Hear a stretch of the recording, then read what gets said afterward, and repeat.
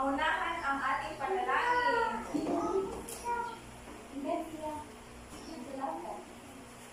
Ainsley, let's bow down our head and let us pray. Lord, thank you for this day. Give our teacher wisdom and patience and deliver na Lord God the topic na for today and also guide us. This is we ask to pray. Bago kayo umupo, pagkukulat ang mga kalat at iayos ang inyong kuhaan. Miss Secretary, may lumiban ba ngayon? Wala po! Wow! Nagagalak ako at walang lumiban sa inyo. Ngayon mga bata, sa ating klase may mga alituntunin tayo na dapat niyong sundin. Ang ating alituntunin ay tinatawag na pabula. Pakibasa nga ang letrang T. Umasa sa tamang oras. Letter A. Alagaan ang mga gamit. B. Bumani sa guro. U. Umupo ng maayos. Letter L. Lumok sa klase. A. Alalahanin ang mga ituloy.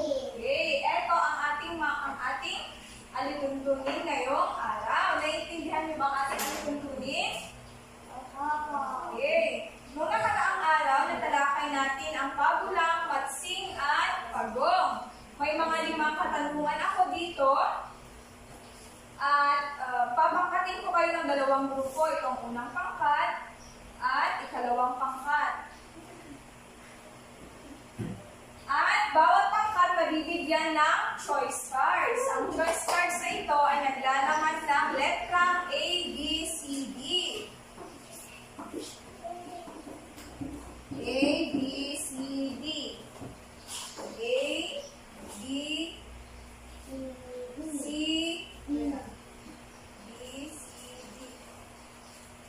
Oh.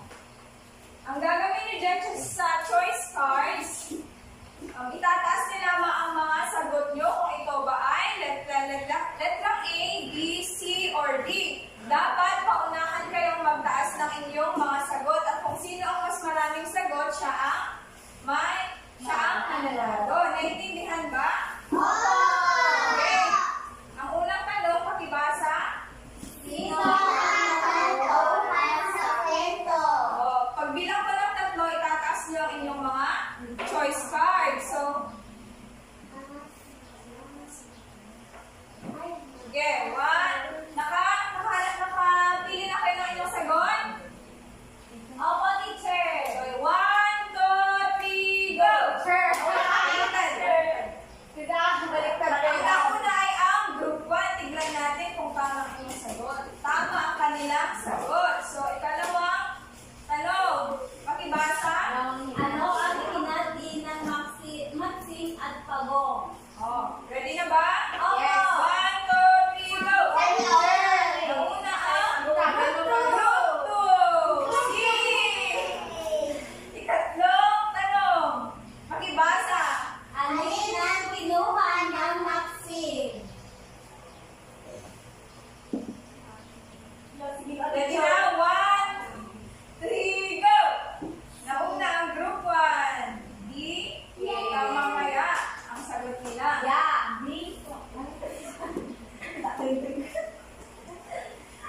Letrang, ang tamang sagot ay B. Bahaging may dahon. Pagka-4 na tanong, pakibasa.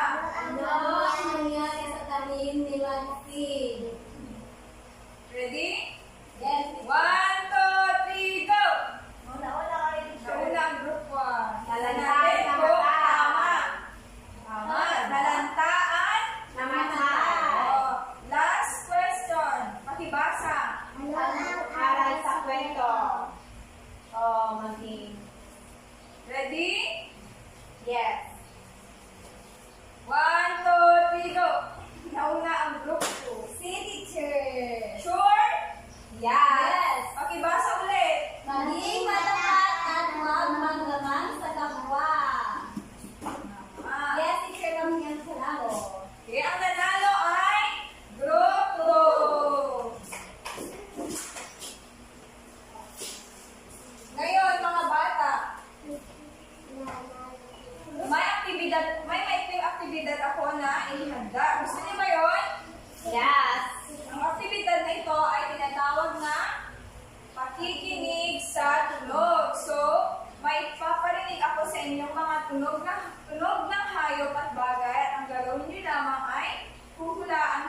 mga tunog ito?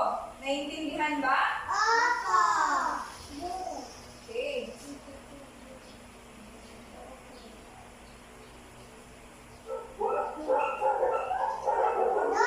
Ano tunog ito? Dog. Tama. Dog.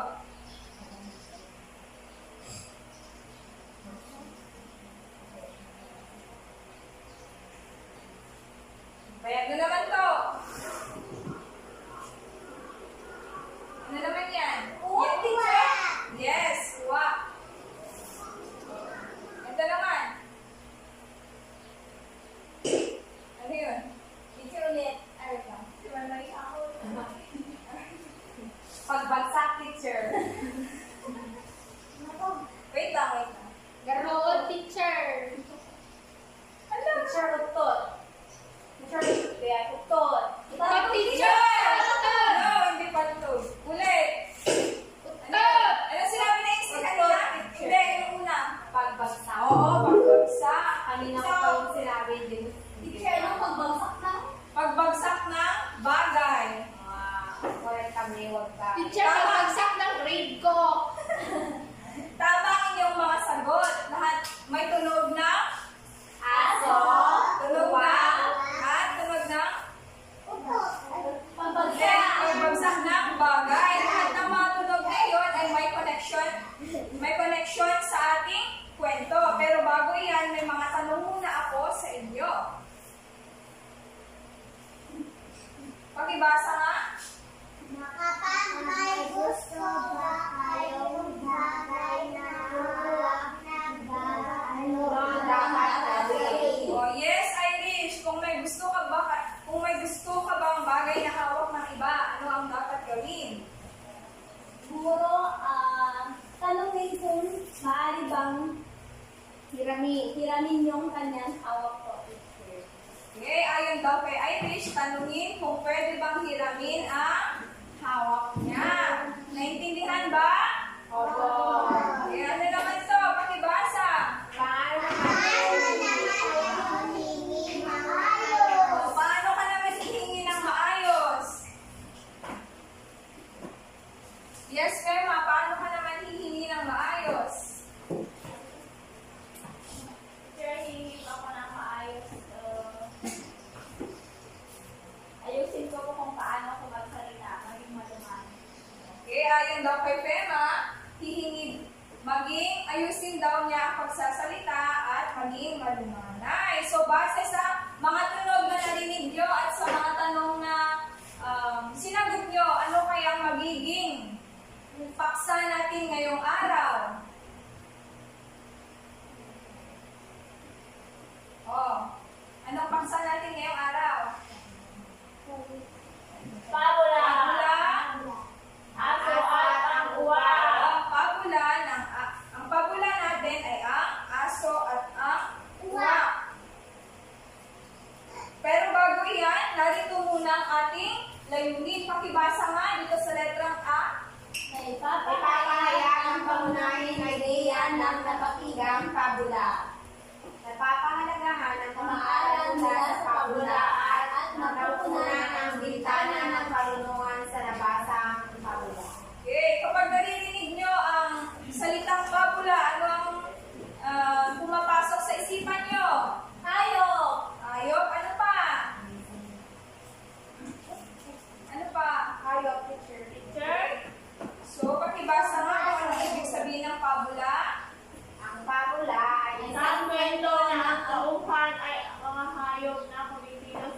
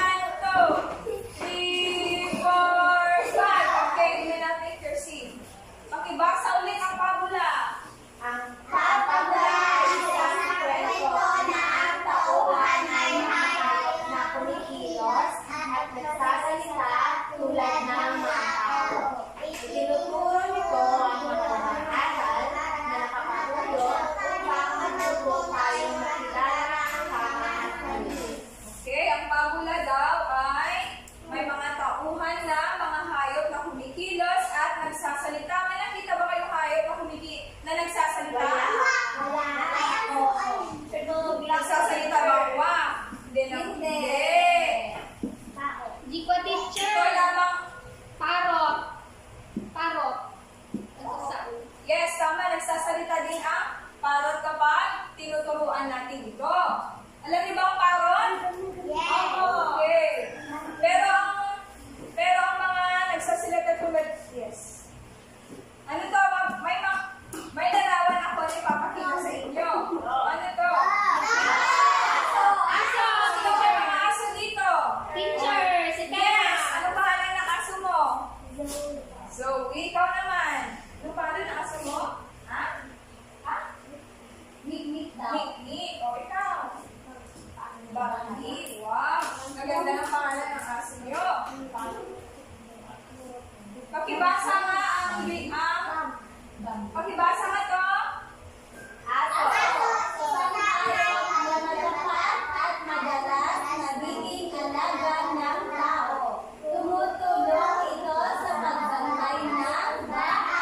Okay, ang aso daw ay isang matapat at madalas nagiging alaga ng tao. Tumutulong ito sa pagbantay ng bahay. Matapat ba inyong mga aso? Opo. Tumutulong din ba ito sa pagbantay ng bahay? O, paano niyo naman inaalagaan yung mga aso? Yes, Rema? Sir, ilalagay ko yung aso namin pag pinapakain ko at pinapaliguan. Yay! Pinapaliguan niya daw, pinapakain. Ano naman to? Uwa! Saan natin madalas nakikita kuwa? Papawid. Bukid! Bukid, teacher! Yes, Bukid! bukid. Sir, Yes. dahil ko na tayo na puso kay Messenger Papan.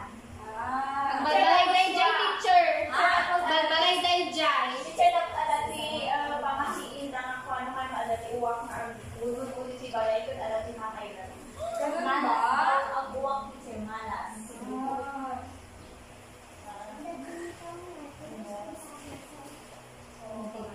Yes, tama mga bata. May iba-iba tayo ng mga paniniwala.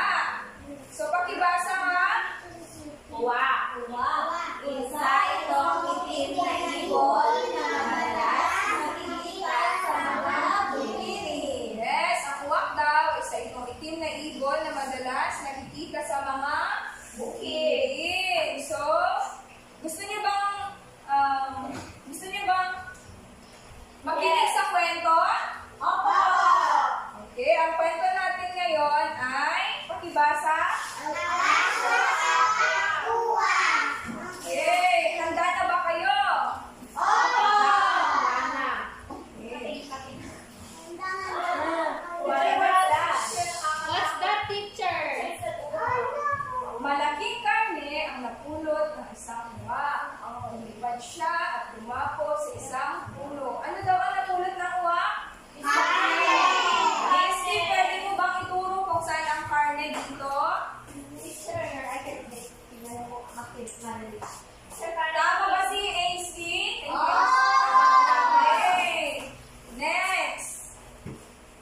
Nakita siya ng isang aso. Ang aso'y gutom na gutom. Isip siya kung paano niya makukuha ang karne mula sa uwak. Naranasan niyo ba na gutom na gutom? Opo. Ano pakiramdam ng gutom na gutom? Nakakagalit siya. Ano pa? Nakakagalit. Yes. Isa-isa lang. Nakakagalit. Kaya sasabihin niya, tignan natin. Ikaw yata ang narinig kong kumakanta kahapon. Ang ganda pala ng iyong tinig. Sinasabi nga sa akin ng ibang hayop, natalo mo ang ibang ibon. Sabi ni aso kay Uwak. Nagsalita kaya si Uwak? Hindi. Tignan natin kung nagsalita. Nasiyahan si Uwak at kumanta para kay aso. Sabay sunggab naman ni aso sa nahulog na karne. Nasiyahan daw si Uwak sa kanta at kumanta para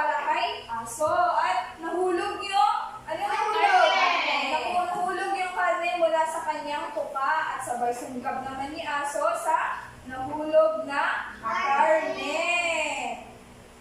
At doon nagtatapos ang kwento. Naiintindihan niyo ba ang kwento? Ano yung kinakain ng uwak? Oh, sino naman yung mga tauhan sa kwento? Okay. Ano yung sinabi ni, sino yung nang-agaw sa karne ni uwak?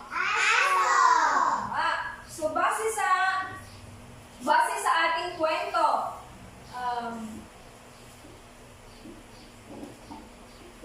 ano kaya ang pangunahing ideya sa kwentong sa pabulang ang aso at uwak? Yes? Nancy? Ano kaya ang pangunahing ideya sa pabulang ang aso at uwak? Ano ang pangunahing ideya? Yes, Bema? Siya ang pangunahing ideya sa kwentong ang aso at uwak ay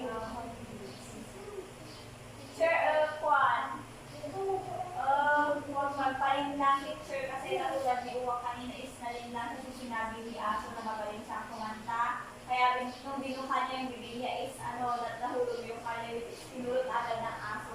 Exactly. Tama si Fema. Huwag magpalinlang at huwag basta-basta maniwala sa sinasabi ng ibang hayop. Tao. At hayop. Naiintindihan niyo na ba ang pabula? Opo. Okay, ngayon, gusto niyo ba ng pakatang gawain? Opo. Pero bago iyan, mga bata, nandito ang talaan at gusto kong isulat niyo ang mga tauhan sa pabulang ang aso at ang uwak at ilagay din ang kanilang mga katangian. Sino gustong mag-voluntaryo? Sure. Dito, mga tauhan at ilagay ang kanyang mga katangian. Yes, HD. Yes, Emma.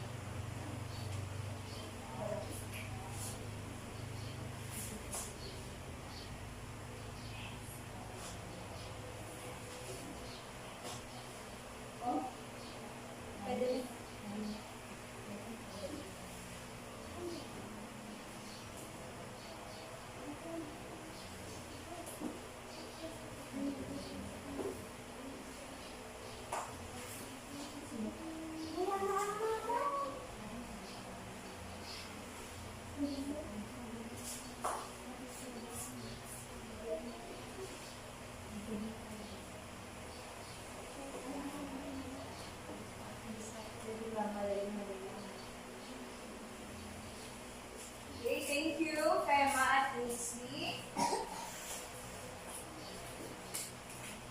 Okay, pwede nyo bang basahin? Mga tauhan. Bakit wala akong naririnig? Oh. Ano ang katangian ng uwak? Madaling malinlang. Oh, ano naman to?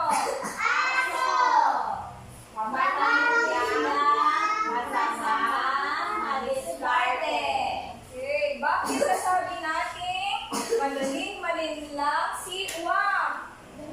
Yes, HD.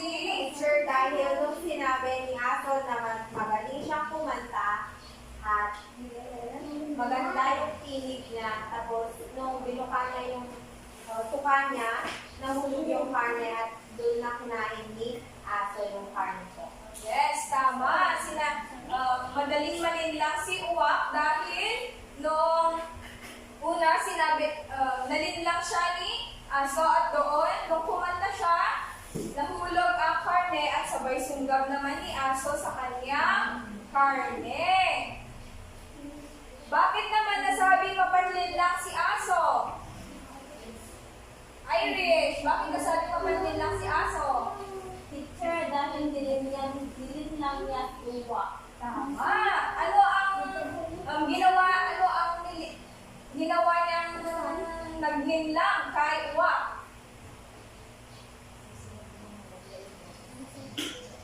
Nung sinabi niya maganda ang boses niya, teacher. O ano pa? Tatlo yun.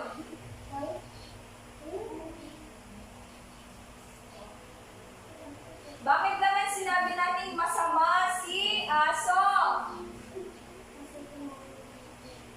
Ha? Kasi? Kinain niya daw yung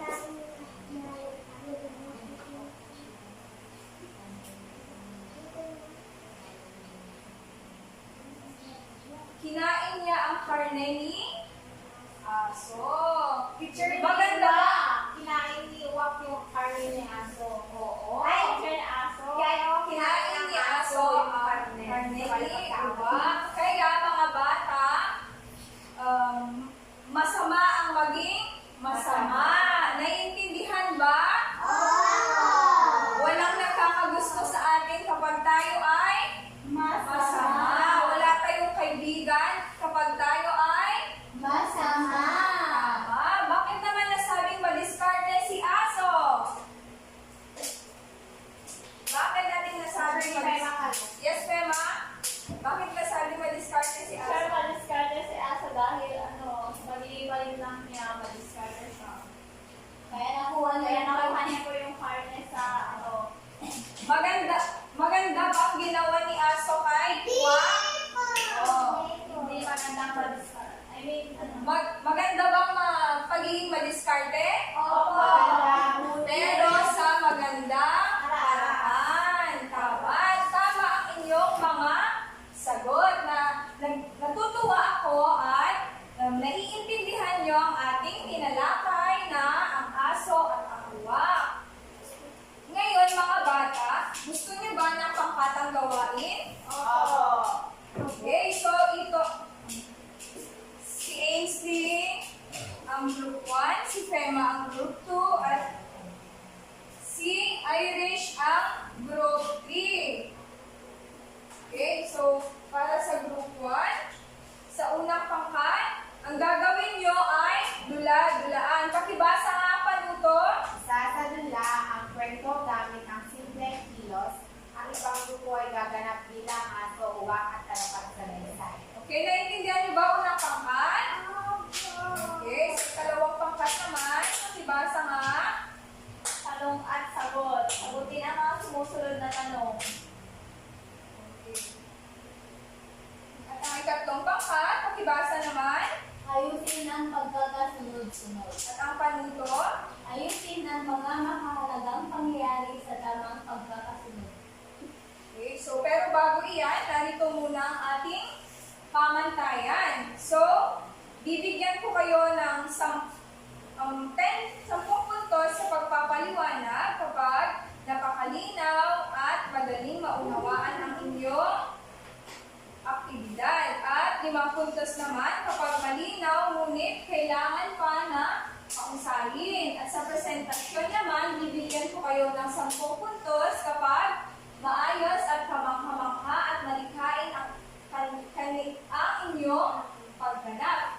At 5 puntos naman kapag maayos ang inyong pagganap. At bibigyan ko kayo ng 10 minuto upang gawin ito. So, narito ang inyong mga activities. So, para sa ikalawang pangkat, tema, narito ang inyong aktibidad. Ikatlong pangkat, ay narito ang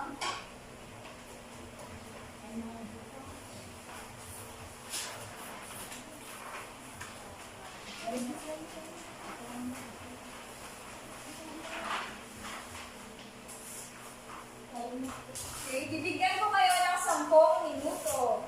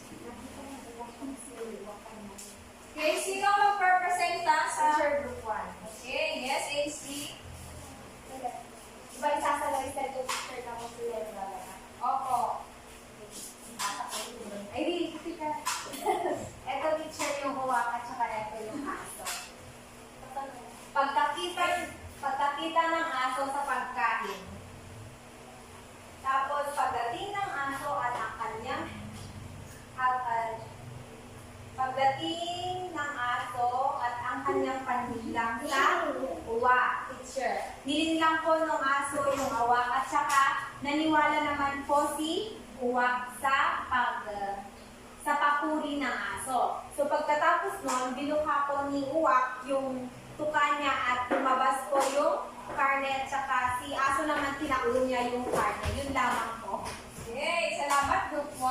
Sino naman ang magrepresenta sa aktibidad ng Group 2? Teacher, ang unang tanong is, ano ang hawak-hawak ni uwak sa kanyang tuka? So, ang kanyang hawak-hawak ay isang malaking karne. At pangalawang tanong, paano sinubukan ng aso na makuha ang pagkain mula sa uwak? Sinubukan po ng aso na makuha ang pagkain mula sa uwak sa pagiging, ay sa pagiging, lang niya po ito. Sinabi niyang maganda ang kanyang boses. Saka naniwala po ito ngayon sa kumanta na hulog yung karne. At pangatlong tanong, ano ang natutunan ng uwak sa pagkatapos ng kwento? Ang natutunan ko ng uwak is huwag madaling magpalit ng paguro. At yung pang-apat, ano ang aral na nakukuha natin sa kwento? Ang aral ko na nakukuha natin sa kwento is magiging wais po sa mga desisyon. Okay, salamat Group 2. Group 3 naman, sino mag-represent? Sa group 3 naman, ang pagtuto ay lisin ang mga mahalagang pangyayari sa tamang pagkakasunod. Ang una ay pagdating ng aso at ang kanyang pagbilang. Dalawa, pagkakita ng aso sa pagkain. Pangatlo, paniniwala ng uwak sa papuri ng aso.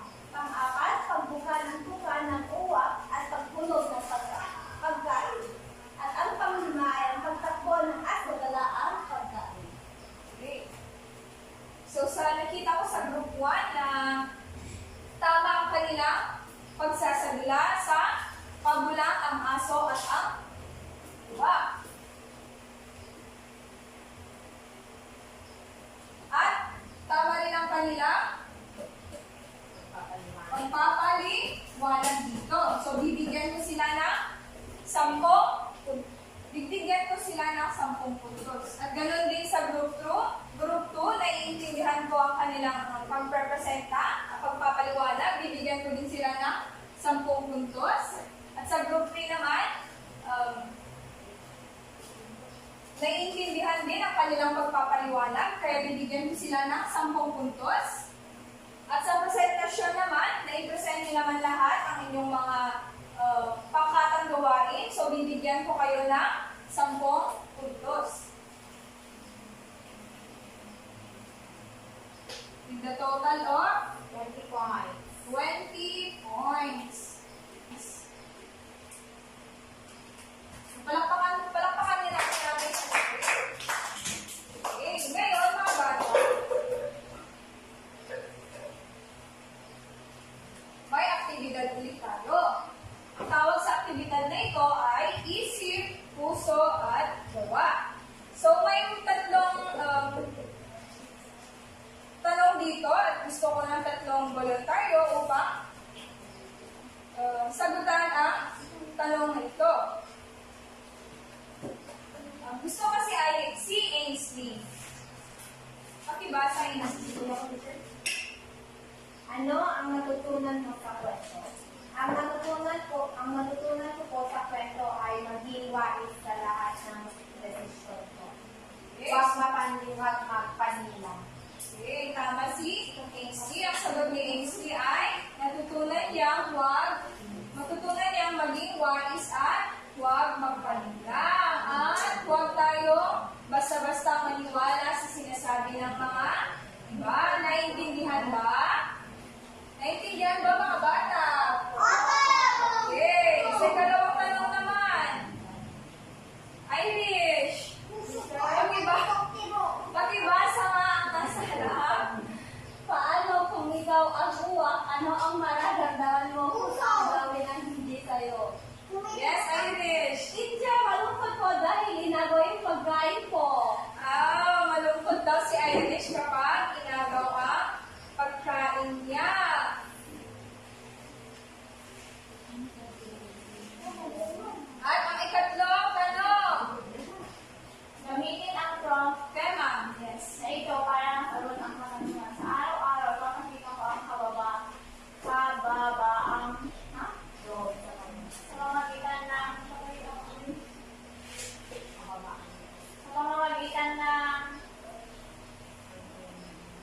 maging wais.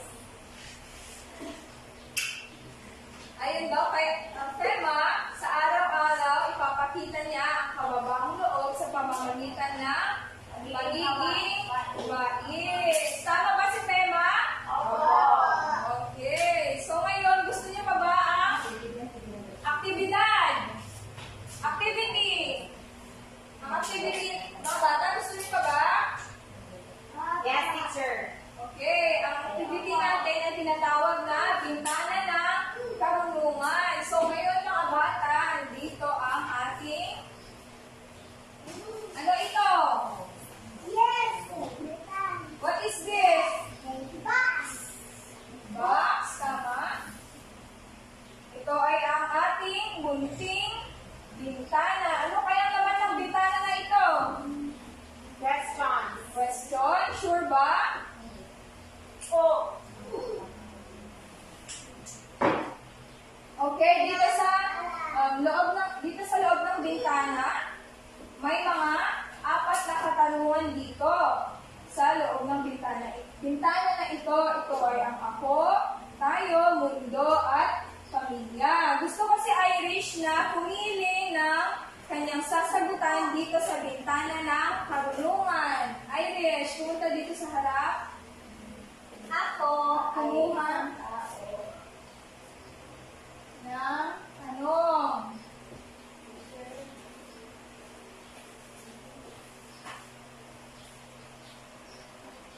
Ano ang natutunan mo sa kwento na magagamit mo sa iyong sarili?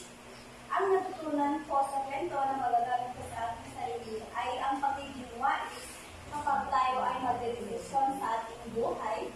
Dahil kapag hindi tayo magiging wais ay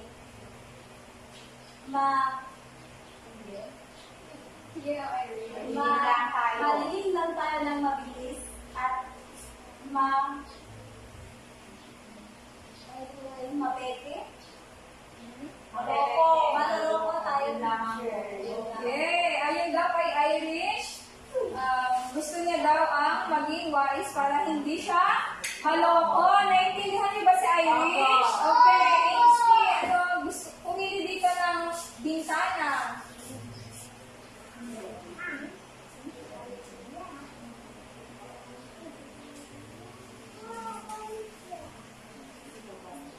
Paano natin na ipapakita ang aral loob ng sa loob ng ating tahanan. Paano natin ipapakita? May papakita natin ang aral sa loob ng ating tahanan sa pamamagitan ng tutulong sa pamilya po at tulungan ang pamilya sa pagdedesisyon sa mga bagay-bagay. Okay, thank you, Ainsley. According to Ainsley, tutulungan daw niya ang pamilya niya sa pagtulong sa gawaing bahay. Ikaw naman, Fema, pumili dito. Bukas.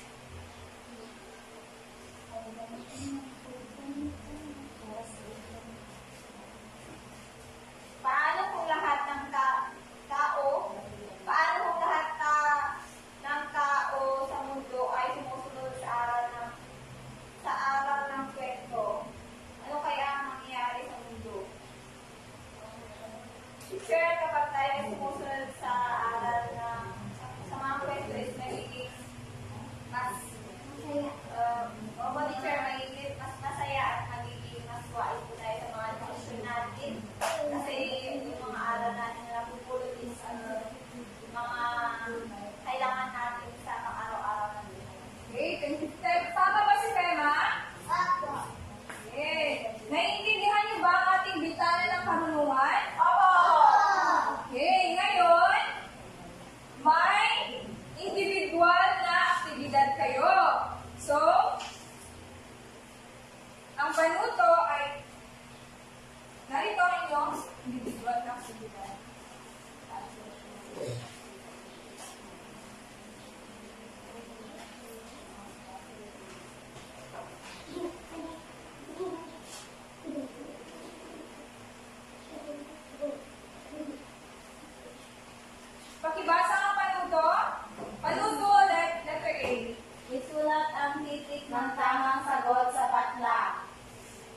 Sagutin ang tanong sa sariling pangungusap. Okay, sa letter A, isusulat niyo lamang ang titik ng tamang sagot sa patlang. Sa letter B, sagutin niyo ang tanong sa sariling pangungusap. Bibigyan ko kayo ng 5 minuto upang gawin ang inyong aktibidad.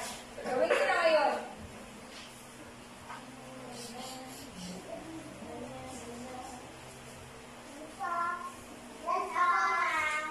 Tapos na ba? Okay. Miss Lee, tapos ka na? Yes. Pakipasa ang inyong papel sa pagbilang ko ng 5. Ang inyong mga papel ay nasa harapan. 1, 2, 3, 4, 5. Okay? Gusto niyo na bang umuwi? Uwi na. Uwi na sila. Pero bago kayo umuwi, may asignatura muna kayo. Pakibasa nga ang panuto. Umulit ng larawan kung saan ikaw ay nagpapakita ng kababaang loob sa ibang tao. Ilagay ito sa A4 bond paper. Okay, so ang gawin niyo ay bubuhit kayo ng larawan kung saan kayo ay nagpapakita